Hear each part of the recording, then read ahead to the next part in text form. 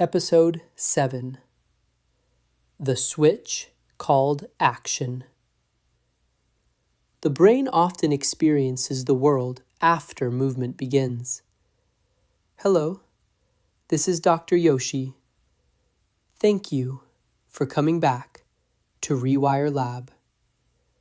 If you're listening while doing something else, driving, walking, scrolling, that's fine. Keep doing that. And just add one small thing. Take a slow breath in through your nose. Hold it gently, just for a moment. Then exhale like you're fogging a mirror, soft and long. Let your shoulders drop, just 5%. This is not a place to fix yourself, not a place to force change. This is a space to let your nervous system rest while we learn how the brain actually works in a way you can use today. Recap of Episode 6. Before we go further, let's anchor what we explored previously. Last time, we discussed that your actions and your emotions are not determined by personality. They are automatic programs installed through repetition and reinforced through survival. Your brain doesn't ask, "What is best?" It asks one question: is this safe? So when you repeat old reactions, that isn't proof something is broken. It's evidence your system learned well. Reprogramming does not require destroying those programs. It requires a small update at the right moment with the right intensity. Over time, the terrain changes, quietly. Starting today, the switch called action. Today is about a sequence that feels wrong until you see the blueprint. Most people believe life works like this: feel, decide, act. But in many everyday human moments, especially moments of stuckness, the order is often closer to this: act, body responds, then emotion and meaning rise. Not always, but often enough that it can change your life. A person who knows but can't move. I once worked with a client whose intellect was unmistakable. Sharp mind, seasoned experience, years of learning stacked neatly like books on a shelf. In the middle of a session, his voice dropped almost as if he were confessing something to the room itself. He said, "I know what I should do. I really do. But I can't move." Not won't, can't.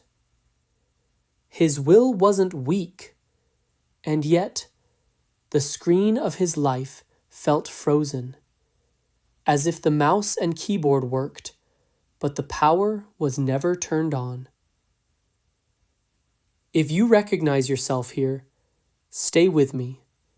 We're going to press the switch gently. Micro action.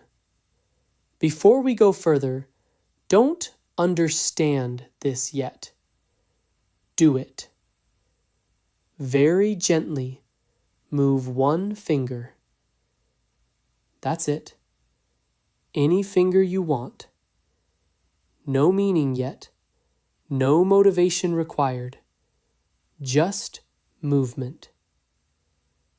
Now notice quietly if anything shifted. Attention, breath, wakefulness, even 1%. That is the switch. Why people who know the most often stay stuck. When action doesn't happen, most people turn on themselves. I lack motivation. My emotions aren't ready. I need more discipline. But from a neuroscientific perspective, that diagnosis is often off. The problem isn't always willpower. It isn't always emotion. Often, the sequence is wrong. They're waiting to feel ready, to begin the action that creates readiness. The brain is less a commander and more an editor. We imagine the brain as a command center, a director shouting orders. But much of the time, the brain behaves more like an editor, assembling a story from what the body already started. Like film footage, cut together after it's shot. Meaning is often assigned afterward. That was dangerous. That was embarrassing.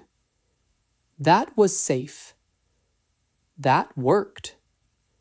And then, because the brain prefers efficiency, it repeats what it labeled as useful. What the science points to, this movement-first idea, isn't just motivation. It's a pattern that appears across multiple lines of research. William James suggested that emotion can follow bodily change. We don't always cry because we are sad. We often feel sadness as we perceive ourselves crying.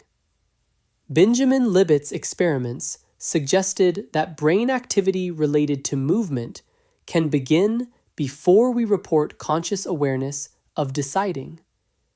And researchers like Antonio Damasio emphasized something practical. Bodily signals, somatic markers, help steer decisions and meaning, often before we can explain why. Here's the usable takeaway. Consciousness is powerful, but it is often late. So when you're stuck, waiting for the perfect feeling, may be the very thing that keeps the switch off. The action ladder. Now let's make this concrete in a way your nervous system can tolerate. I call this the action ladder. Not big leaps, just the next rung. Rung 1. Move one finger. That's enough data for the brain. Rung 2. Change posture. Sit up by 5%. Rung 3. Stand. Rung 4. Touch the environment. Open the document. Put on your shoes. Fill the water glass. Rung 5. One tiny unit of work. One sentence. One email subject line. One dish. 1 minute. Your job is not to climb the whole ladder. Your job is to step onto the next rung so the brain receives new data. Why movement changes the world. When you move, you create input, new sensation, new breath rhythm, new visual field, new timing in the nervous system.